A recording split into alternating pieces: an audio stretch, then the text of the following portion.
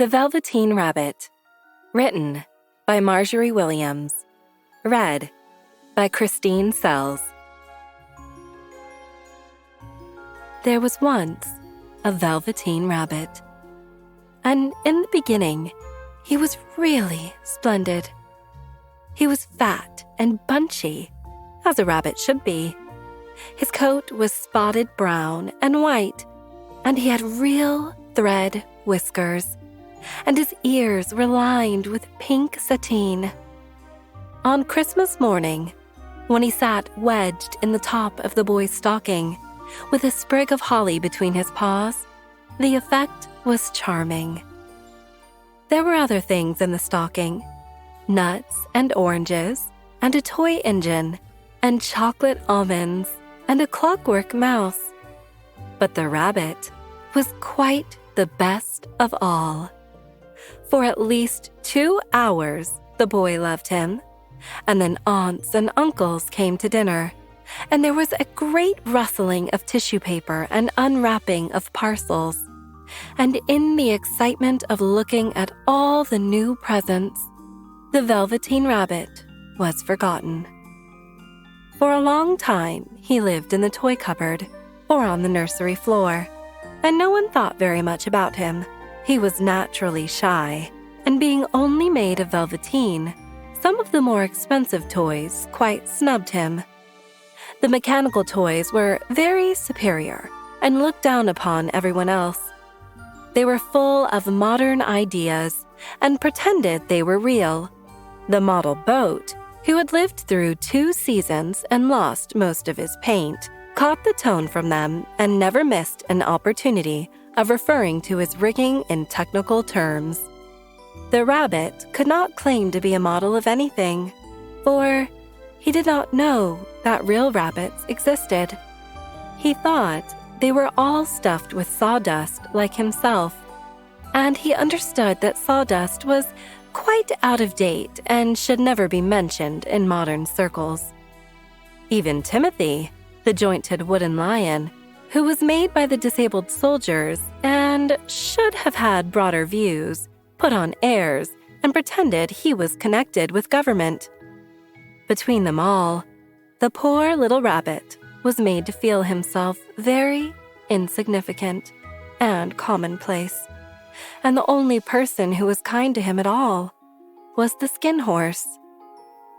The Skin Horse had lived longer in the nursery than any of the others.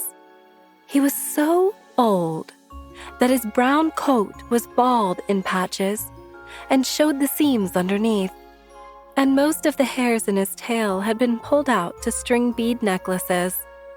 He was wise, for he had seen a long succession of mechanical toys arrive to boast and swagger, and by break their mainsprings and pass away. And he knew they were only toys and would never turn into anything else. For nursery magic is very strange and wonderful, and only those playthings that are old and wise and experienced, like the Skin Horse, understand all about it. "What is real?" asked the rabbit one day when they were lying side by side near the nursery fender before Nana came to tidy the room. "Does it mean having things that buzz inside you and a stick-out handle?" "Real isn't how you're made," said the Skin Horse. "It's a thing that happens to you when a child loves you for a long, long time, not just to play with, but really loves you. Then you become real." "Does it hurt?" asked the rabbit. "Sometimes," said the Skin Horse, for he was always truthful. "When you are real, you don't mind being hurt." "Does it happen all at once? Like being wound up?" he asked. "Or bit by bit?" "It doesn't happen all at once," said the Skin Horse. "You become. It takes a long time. That's why it doesn't happen often to people who break easily or have sharp edges, or who have to be carefully kept. Generally, by the time you are real, most of your hair has been loved off, and your eyes drop out, and you get loose in the joints and very shabby. But these things don't matter at all, because once you are real, you can't be ugly, except to people who don't understand. "I suppose you are real?" said the rabbit. And then he wished he had not said it, for he thought the skin horse might be sensitive. But the skin horse only smiled.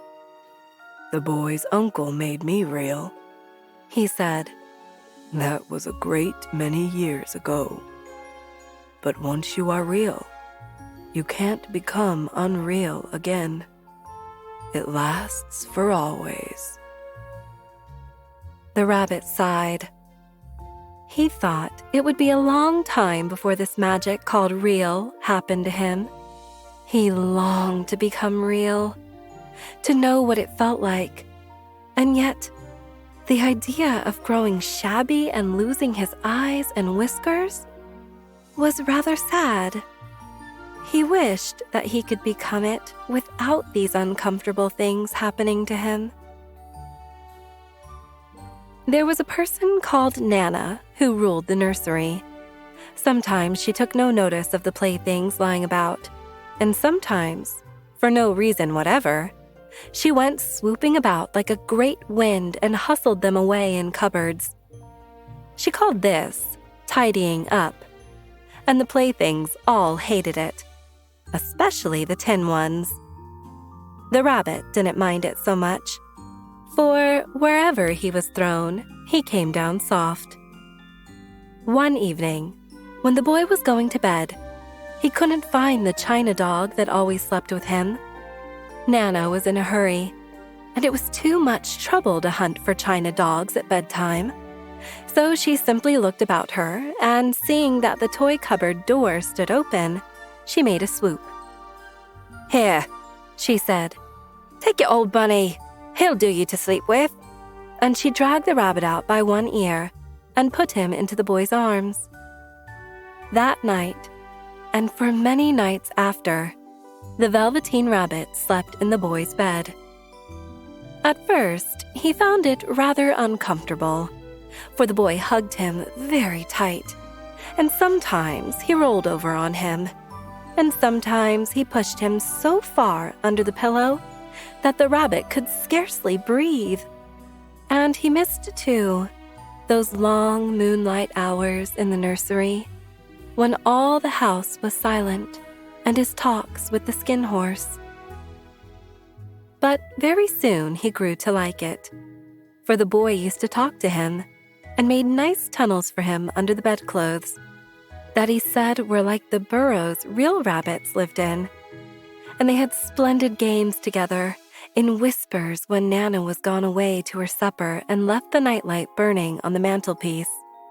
And when the boy dropped off to sleep, the rabbit would snuggle down close under his little warm chin and dream, with the boy's hands clasped close around him all night long. And so time went on, and the little rabbit was very happy. So happy that he never noticed how his beautiful velveteen fur was getting shabbier and shabbier, and his tail becoming unsewn, and all the pink rubbed off his nose where the boy had kissed him.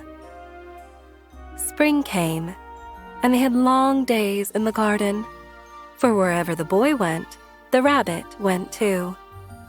He had rides in the wheelbarrow, and picnics on the grass, and lovely fairy huts built for him under the raspberry canes behind the flower border.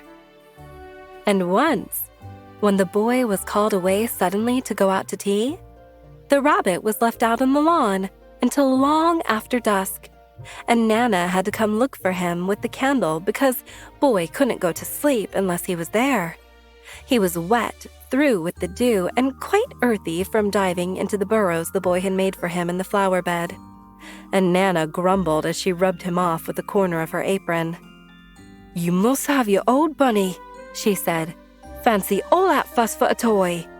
The boy sat up in bed and stretched out his hands. "Give me my bunny," he said. "You mustn't say that. He isn't a toy, he's real." When the little rabbit heard that, he was happy, for he knew that what the skin horse had said was true at last. The nursery magic had happened to him, and he was a toy no longer. He was real. The boy himself had said it. That night, he was almost too happy to sleep, and so much love stirred in his little sawdust heart that it almost burst. And into his boot-button eyes that had long ago lost their polish, there came a look of wisdom and beauty, so that even Nana noticed the next morning when she picked him up and said, "I declare, if that old bunny hasn't got quite a knowing expression." That was a wonderful summer. Near the house where they lived, there was a wood, and in the long June evenings, the boy liked to go there after tea to play.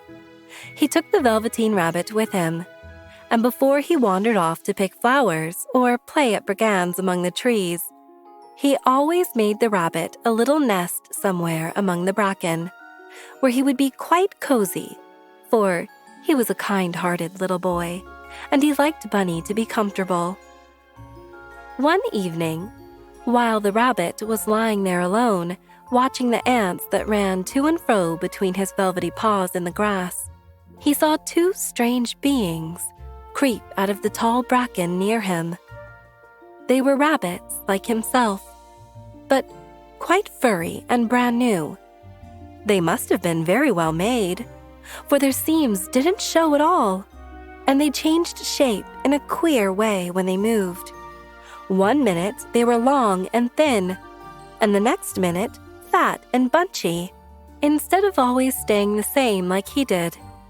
Their feet patted softly on the ground, and they crept quite close to him, twitching their noses, while the rabbit stared hard to see which side the clockwork stuck out, for he knew that people who jumped generally have something to wind them up. But he couldn't see it. They were evidently a new kind of rabbit altogether. They stared at him, and the little rabbit stared back, and all the time their noses twitched. "Why don't you get up and play with us?" one of them asked. "I don't feel like it," said the rabbit, for he didn't want to explain that he had no clockwork. "Ho!" said the furry rabbit. "It's as easy as anything." And he gave a big hop sideways and stood on his hind legs. "I don't believe you can," he said. "I can," said the little rabbit. "I can jump higher than anything." He meant when the boy threw him, but of course he didn't want to say so. "Can you hop on your hind legs?" asked the furry rabbit. That was a dreadful question, for the Velveteen Rabbit had no hind legs at all. The back of him was made all in one piece, like a pincushion. He sat still in the bracken and hoped that the other rabbits wouldn't notice. "I don't want to," he said again. But the wild rabbits have very sharp eyes, and this one stretched out his neck and looked. "He hasn't got any legs," he called out. "Fancy a rabbit without any hind legs!" And he began to laugh. "I have," cried the little rabbit. "I have got hind legs. I'm sitting on them." "Then stretch 'em out and show me, like this," said the wild rabbit. And he began to whirl around and dance till the little rabbit got quite dizzy. "I don't like dancing," he said. "I'd rather sit still." But all the while, he was longing to dance, for a funny, new, tickly feeling ran through him, and he felt he would give anything in the world to be able to jump about like these rabbits did. The strange rabbit stopped dancing and came quite close. He came so close this time that his long whiskers brushed the Velveteen Rabbit's ear. And then he wrinkled his nose suddenly and flattened his ears and jumped backwards. "He doesn't smell right," he exclaimed. "He isn't a rabbit at all. He isn't real." "I am real," said the rabbit. "I am real. The boy said so." And he nearly began to cry. Just then, there was a sound of footsteps, and the boy ran past near them. And with a stamp of feet and a flash of white tails, the two strange rabbits disappeared. "Come back and play with me," called the little rabbit. "Oh, do come back. I know I'm real." But there was no answer. Only the little ants ran to and fro, and the bracken swayed gently where the two strangers had passed. The Velveteen Rabbit was all alone. "Oh dear," he thought. "Why did they run away like that? Why couldn't they stop and talk to me?" For a long time, he lay very still, watching the bracken and hoping that they would come back, but they never returned. And presently, the sun sank lower, and the little white moths fluttered out, and the boy came and carried him home. Weeks passed, and the little rabbit grew very old and shabby, but the boy loved him just as much.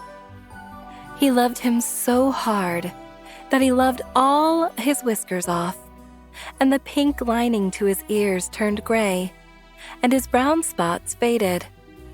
He even began to lose his shape, and he scarcely looked like a rabbit anymore, except to the boy. To him, he was always beautiful, and that was all the little rabbit cared about. He didn't mind how he looked to other people, because the nursery magic had made him real, and when you are real, shabbiness doesn't matter. And then, one day, the boy was ill.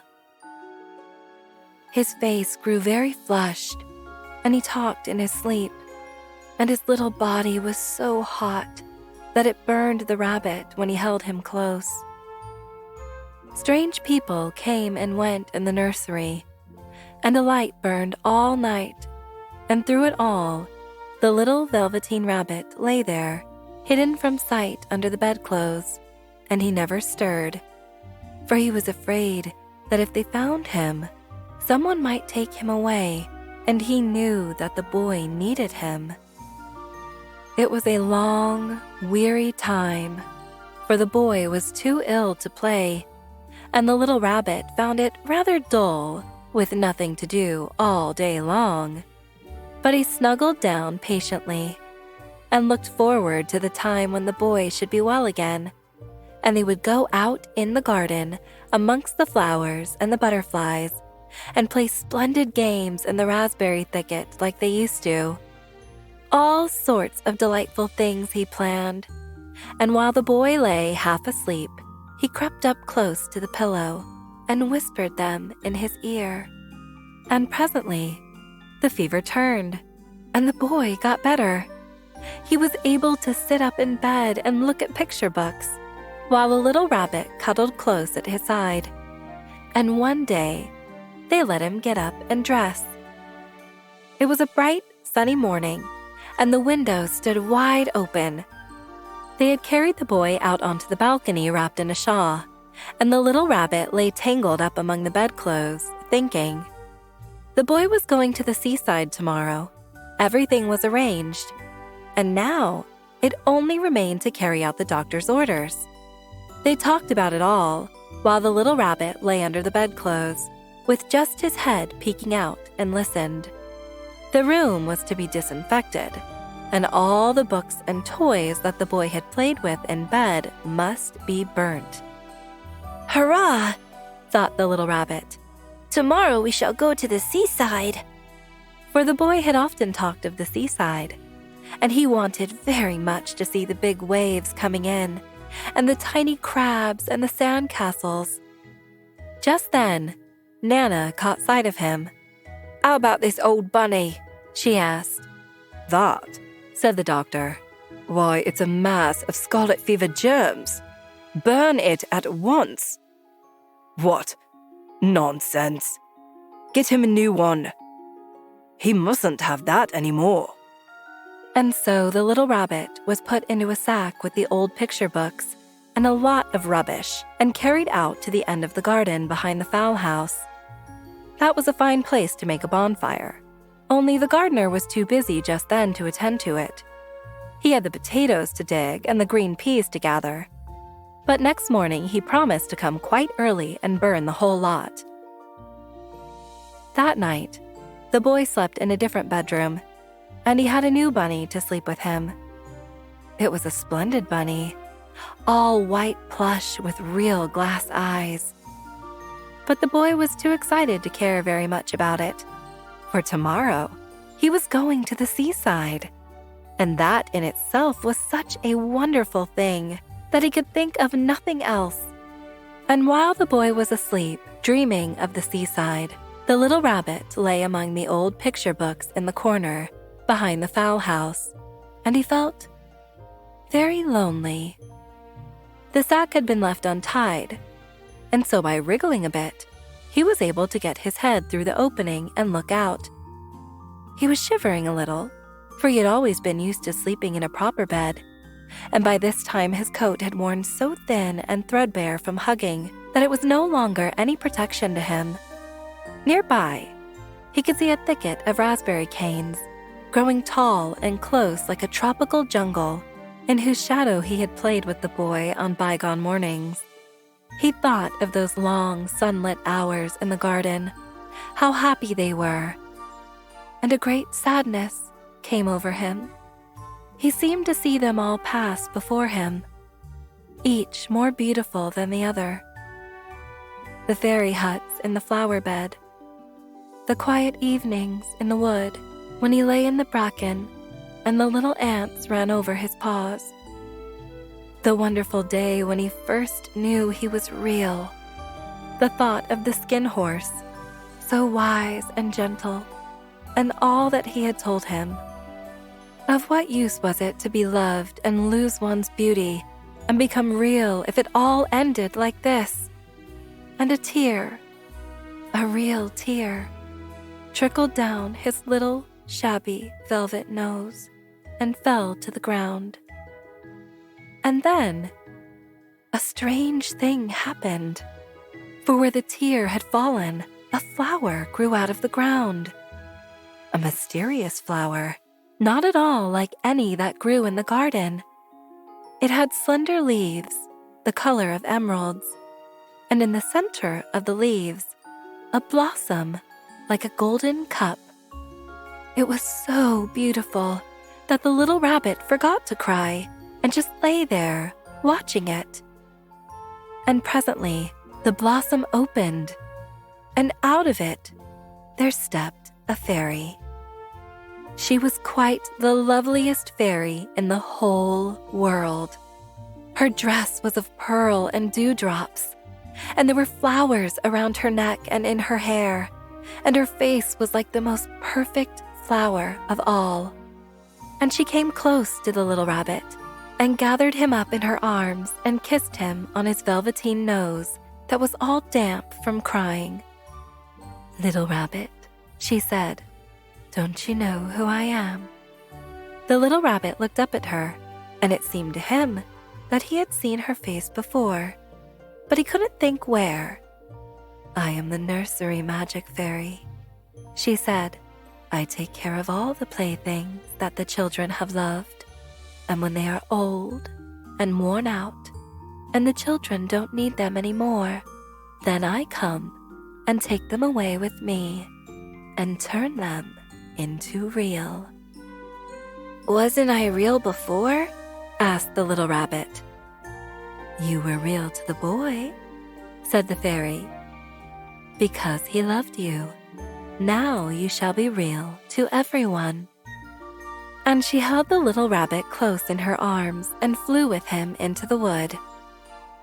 It was light now, for the moon had risen. All the forest was beautiful, and the fronds on the bracken shone like frosted silver. In the open glade between the tree trunks, the wild rabbits danced with their shadows on velvet grass. But when they saw the fairy, they all stopped dancing and stood around in a ring to stare at her. "I've brought you a new playfellow," said the fairy. "You must be very kind to him and teach him all he needs to know in Rabbitland, for he is going to live with you forever and ever." And she kissed the little rabbit again and put him down on the grass. "Run, play, little rabbit," she said. But the little rabbit sat quite still for a moment and never moved, for when he saw all the wild rabbits dancing around him, he suddenly remembered about his hind legs, and he didn't want them to see that he was made all in one piece. He didn't know that when the fairy kissed him the last time, she had changed him altogether.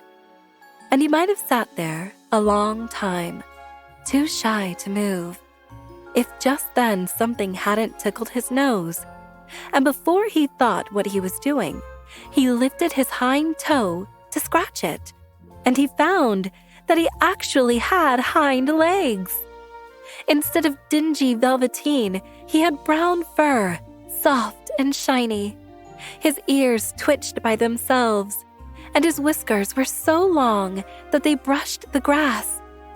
He gave one leap, and the joy of using those hind legs was so great that he went springing about the turf on them, jumping sideways and whirling around as the others did. And he grew so excited that when at last he did stop to look at the fairy, she had gone.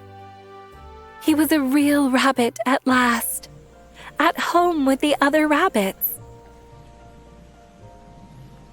Autumn passed and winter, and in the spring, when the days grew warm and sunny, the boy went out to play in the wood behind the house. And while he was playing, 2 rabbits crept out from the bracken and peeped at him. One of them was brown all over, but the other had strange markings under his fur, as though long ago he had been spotted and the spots still shone through. And about his little soft nose and his round black eyes, there was something familiar, so that the boy thought to himself, "Why, he looks just like my old bunny that was lost when I had scarlet fever." But he never knew that it really was his own bunny, come back to look at the child who had first helped him to be real. The end.